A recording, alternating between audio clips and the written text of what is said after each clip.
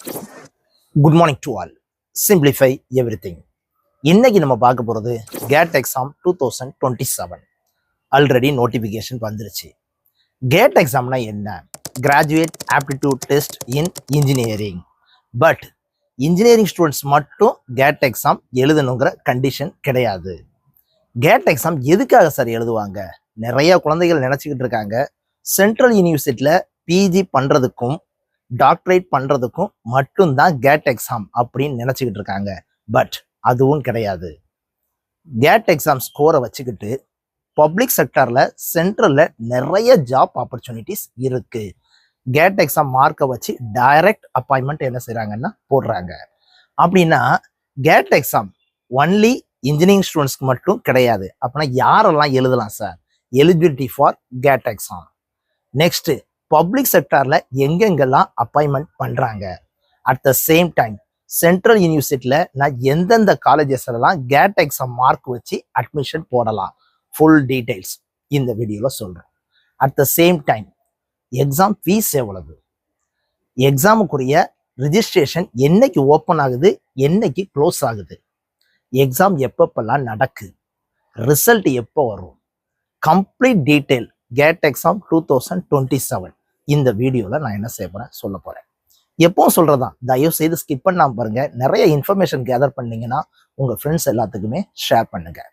அதை விட ரொம்ப முக்கியம், சப்ஸ்கிரைப் பண்ணிவிட்டு வீடியோவை பாருங்கள். வாங்க வீடியோக்குள்ளே போகலாம்.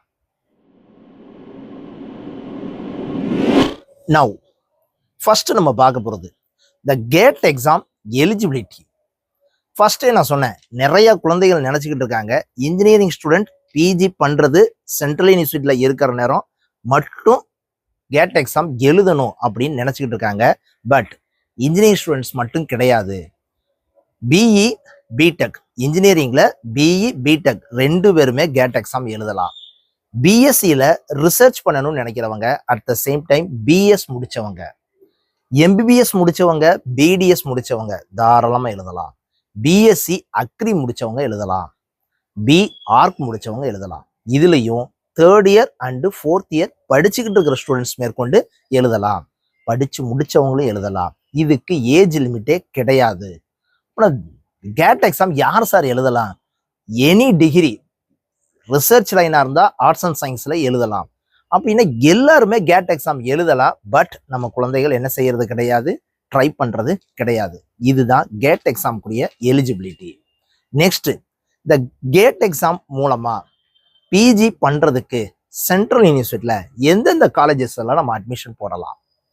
ஐஐடிஸ், இந்தியா முழுக்க இருக்கக்கூடிய எல்லா ஐஐடிஸ்லையும் பிஜி பண்ணுறதா இருந்துச்சுன்னா கட்டாயம் கேட் எக்ஸாம் எழுதியிருந்திருக்கணும். அதே நேரத்தில் NIT, triple IT, next central கவர்மெண்ட்னுடைய ஃபண்டட் மூலமாக நடக்கக்கூடிய டெக்னிக்கல் இன்ஸ்டியூட் எல்லாத்துலேயுமே கேட் எக்ஸாம் மூலமாகத்தான் என்ன செய்கிறாங்கன்னா பிஜிக்கு அட்மிஷன் போடுறாங்க. நெக்ஸ்ட்டு, தமிழ்நாட்டில் இருக்கக்கூடிய நிறையா யூனிவர்சிட்டிஸ், ஒரு ரெப்யூட்டட் இன்ஸ்டியூஷன் யூனிவர்சிட்டி எல்லாமே கேட் எக்ஸாமுடைய மார்க்கை வச்சு பிஜிக்கு என்ன செய்கிறாங்கன்னு கேட்டால் அட்மிஷன் போடுறாங்க. அப்புறம் என்ன அர்த்தம் அப்படின்னு கேட்டிங்கன்னா, ஒரு நல்ல காலேஜில், ஒரு ஸ்டாண்டர்டான யூனிவர்சிட்டியில், இன்ஸ்டிடியூஷனில் நான் பிஜி பண்ணணும் அப்படின்னு ஆசைப்படக்கூடிய குழந்தைகள் த்ரூ கேட் மார்க் மூலமாக போய் அட்மிஷன் போட்டாங்கன்னா அவங்களுக்கு நல்ல வேல்யூ இருக்குது. நெக்ஸ்ட்டு, இந்த கேட் எக்ஸாம் மார்க்கை வச்சுக்கிட்டு சென்ட்ரல் யூனிவர்சிட்டியில் பிஜி மட்டும் பண்ண முடியாது. அட் த சேம் டைம் நம்ம என்ன செய்யலாம் அப்படின்னு கேட்டால் பப்ளிக் செக்டார்லையும் நிறைய இடத்துல டைரக்ட் அப்பாயின்மெண்ட் ஆகலாம் அப்படின்னு நான் சொன்னேன். எங்கெங்கெல்லாம் கவர்மெண்ட் அப்பாயின்மெண்ட் பண்ணுறாங்க கேட் ஸ்கோரை வச்சு?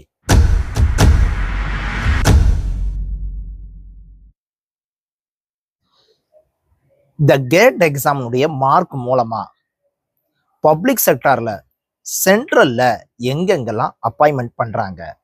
First one, energy and oil companies, ONGC, NTPC, IOCL, GAIL, BPCL, HPCL, இது எல்லாமே ஆயில் கம்பெனிஸ் சென்ட்ரல் கவர்மெண்ட். இதுல கேட் எக்ஸாம் மார்க் மூலமா டைரக்டா அப்பாயின்மெண்ட் பண்றாங்க. Next, heavy industry, BHEL, SAIL இந்த ரெண்டு கம்பெனிஸ்லையும் டைரக்டா அப்பாயின்மெண்ட் பண்றாங்க. Power and transmission, power grid and NLC இந்த கம்பெனிஸ் எல்லாமே எப்படின்னு கேட்டீங்கன்னா சென்ட்ரல் கவர்மெண்டுடைய பப்ளிக் செக்டார். இங்க எல்லாமே கேட் எக்ஸாம் மார்க் மூலமா அப்பாயின்மெண்ட் பண்றாங்க. நெக்ஸ்ட், இந்த எக்ஸாமுக்கு ஃபீஸ் எவ்வளவு, இந்த எக்ஸாமுக்கு ஃபீஸ் எவ்வளவு, அட் த சேம் டைம் எந்த டேட்ல இருந்து எந்த டேட் வரைக்கும் ரிஜிஸ்ட்ரேஷன் பண்ணா எவ்வளவு ஃபீஸ். அது என்ன சார், டேட்டுக்கும் ஃபீஸுக்கும் என்ன சார் சம்பந்தம் இருக்கு? ஆமாப்பா, இந்த டேட்ல இருந்து இந்த டேட்டுக்குள்ள நீங்க ரிஜிஸ்ட்ரேஷன் பண்ணீங்கன்னா ஒரு ஃபீஸ், லேட் ஃபீஸ் அந்த டேட்டுக்கு அப்புறம் நீங்க பண்ணீங்கன்னா அதுக்கு ஃபீஸ் என்ன செய்யறாங்கன்னா கொஞ்சம் கூட வைக்காங்க. டேட் என்னென்னது, application fees and date 27th August 2026, அதாவது இந்த மாசம் 27ல ஓப்பன் ஆகுது. 2026ல எக்ஸாம் நடக்க போறது எப்பந்தான் நடக்க போகுதுன்னு கேட்டா 2027ல தான் நடக்க போகுது. பட் இந்த மாசம் August 27லேயே ரிஜிஸ்ட்ரேஷன் ஓப்பன் ஆகிறது. எப்போ வரைக்கும் சார் இருக்கும்? 27th September, அதாவது ஒரு மாசத்துக்கு 27th Augustல இருந்து 27th September வரைக்கும் 2026ல இருக்கும். இந்த டேட்டுக்குள்ள நீங்க ரிஜிஸ்ட்ரேஷன் பண்ணீங்கன்னா ஃபீமேல் அண்ட் SC/ST கேட்டகரியா இருந்தா ஜஸ்ட் 1000 rupees, அதே இது ஜென்ரல் கேட்டகரியா இருந்துச்சுன்னா 2000 rupees. 28th September, அதாவது 27th September லாஸ்ட் டேட்னு சொல்றேன், 28th Septemberல நீங்க ரிஜிஸ்ட்ரேஷன் பண்ணா அப் டு 5th October வரைக்கும் பண்ணீங்கன்னா ஃபீமேல் அண்ட் SC/ST கேட்டகரியா இருந்தா 1500, ஜென்ரல் கேட்டகரியா இருந்துச்சுன்னா 2500. நெக்ஸ்ட், இந்த எக்ஸாம் இந்தியா முழுக்க கிட்டத்தட்ட 8 ஜோனலா பிரிச்சு எக்ஸாம் கண்டக்ட் பண்றாங்க. 8 ஜோனல்ல வந்து எல்லாமே எந்ததுதான் கேட்டீங்கன்னா IITC தான் இந்த எக்ஸாமை கண்டக்ட் பண்ணுவாங்க. இந்த தடவை எக்ஸாம் ஆர்கனைஸ் பண்றது யாருன்னு கேட்டீங்கன்னா IIT மெட்ராஸ். இவங்க 8 ஜோனலா பிரிச்சிருக்காங்க. அதுல IIT மெட்ராஸ் நம்ம சதர்ன் சைட்ல ஜோனல்ல கிட்டத்தட்ட ஒரு 4 ஸ்டேட், ஆந்திரா, கேரளா, கர்நாடகா, ஆந்திரா, கேரளா, பாண்டிச்சேரி, தமிழ்நாடு, தெலுங்கானா அண்டு லட்சத்தீவு, இது எல்லாத்தையும் தனி கேட்டகரியா பிரிச்சிருக்காங்க. இதுல தமிழ்நாட்டுல மட்டும் கிட்டத்தட்ட ஒரு 24 சென்டர்ல நடக்கு எக்ஸாமு. நெக்ஸ்ட், அதை விட ரொம்ப முக்கியமானது சென்னை, கோயம்புத்தூர், திருச்சி, திருநெல்வேலி, தூத்துக்குடி, நிறைய சென்டர்ஸ் 24 சென்டர்ஸ்ல கேட் எக்ஸாம் என்ன செய்யுதுன்னு கேட்டீங்கன்னா நடக்கு. நெக்ஸ்ட், எக்ஸாம் டேட் ரொம்ப ரொம்ப முக்கியம். 2026ல ஆகஸ்ட்ல வந்து நோட்டிபிகேஷன் வருது. எக்ஸாம் எப்பதான் நடக்குன்னு கேட்டா 2027 பிப்ரவரியில தான் என்னது நடக்குன்னா எக்ஸாம் நடக்கு. கிட்டத்தட்ட August, September, October, November, December, January, February கிட்டத்தட்ட ஒரு 7 to 8 monthsக்கு முன்னாடியே நோட்டிபிகேஷன் ஓப்பன் ஆயிருது. ஓகேவா?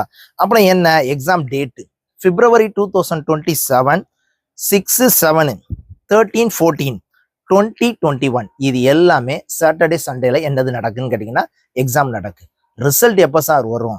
பிப்ரவரியில எக்ஸாம் நடக்குப்பா, மார்ச் 19th என்னது வந்துடும் கேட்டீங்கன்னா ரிசல்ட் வந்துடும். ஜஸ்ட் பிப்ரவரி, மார்ச்ல என்னது வந்துடும்னா ரிசல்ட் வந்துடும். அப்படின்னா என்ன அர்த்தம் அப்படின்னு கேட்டீங்கன்னா ஒரு 8 monthsக்கு முன்னாடியே நோட்டிபிகேஷன் கொடுத்து 1 year நல்லா ப்ரிப்பேர் பண்ண வச்சு, ஏஜ் லிமிட் கிடையாது, எல்லா கேட்டகரியிலையுமே எல்லாருமே கேட் எக்ஸாம் என்ன செய்யலாம்னு கேட்டீங்கன்னா எழுதலாம். எனக்கு கேட் எக்ஸாம் மூலமா PG சென்ட்ரல் யூனிவர்சிட்டியில IITs, IIIT பண்ணணும்னு ஆசைப்படக்கூடிய குழந்தைகள், இல்லைன்னா ஒரு பப்ளிக் செக்டார்ல சென்ட்ரல் கம்பெனில ஒர்க் பண்ணணும்னு ஆசைப்படக்கூடிய எல்லா குழந்தைகளையுமே தாராளமா எந்த எக்ஸாம் எழுதலாம் அப்படின்னு கேட்டீங்கன்னா கேட் எக்ஸாம் எழுதலாம். That's all. ஐ திங்க் நான் சொன்ன இன்ஃபர்மேஷன் எல்லாமே உங்களுக்கு ரொம்ப யூஸ்ஃபுல்லாக இருந்திருக்கும்னு நினைக்கிறேன். அப்படி யூஸ்ஃபுல்லாக இருந்துச்சுன்னா உங்கள் ஃப்ரெண்ட்ஸ் எல்லாத்துக்குமே ஷேர் பண்ணுங்க. உங்களுடைய கமெண்ட்ஸை கீழே என்ன செய்யுங்கன்னா சொல்லுங்க. Thank you very much.